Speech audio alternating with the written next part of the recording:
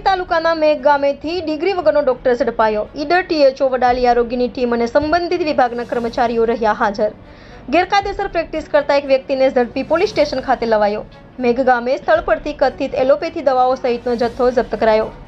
Police અને આરોગ્ય તંત્ર દ્વારા ગુનો નોંધી વધુ તપાસ હાથ ધરી. રિપોર્ટર જયેશ ઠાકોર સાથે શૈલેષ પટેલ, ઇન્ડિયા 24 ન્યૂઝ, સાબરકાંઠા. આજ રોજ મેઘ મુકામે એક અરજી થયેલી હતી. એ અનુસંધાને જિલ્લાની આરોગ્ય ટીમ અને ફૂડ એન્ડ ડ્રગ્સની ટીમ સંયુક્ત વડપણ હેઠળ મેઘ મુકામે બોગસ ડૉક્ટરની ગેરકાયદેસર પ્રેક્ટિસની એક અરજી મળેલી હતી. જે અનુસંધાને ત્યાંથી તપાસ થયેલી અને મેડિકલ ઓફિસર દ્વારા બી ત્યાં સ્થળ પર જઈને તપાસણી કરી અને પંચનામું કરી અને ફરિયાદની લગતી જે પ્રક્રિયા હતી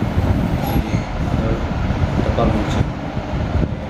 અને ફરિયાદની પ્રક્રિયા પોલીસ સ્ટેશન કરેલી છે.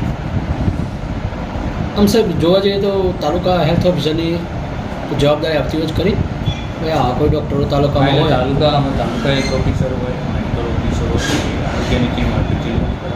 જ્યાં જ્યાં આવી કોઈ અરજીઓ થાય અને ગેરકાયદેસર પ્રેક્ટિસની ફરિયાદો થાય બરાબર છે છતાં અમારા બી ધ્યાન ઉપર આપવું અને એની તપાસો કરતા હોય છે.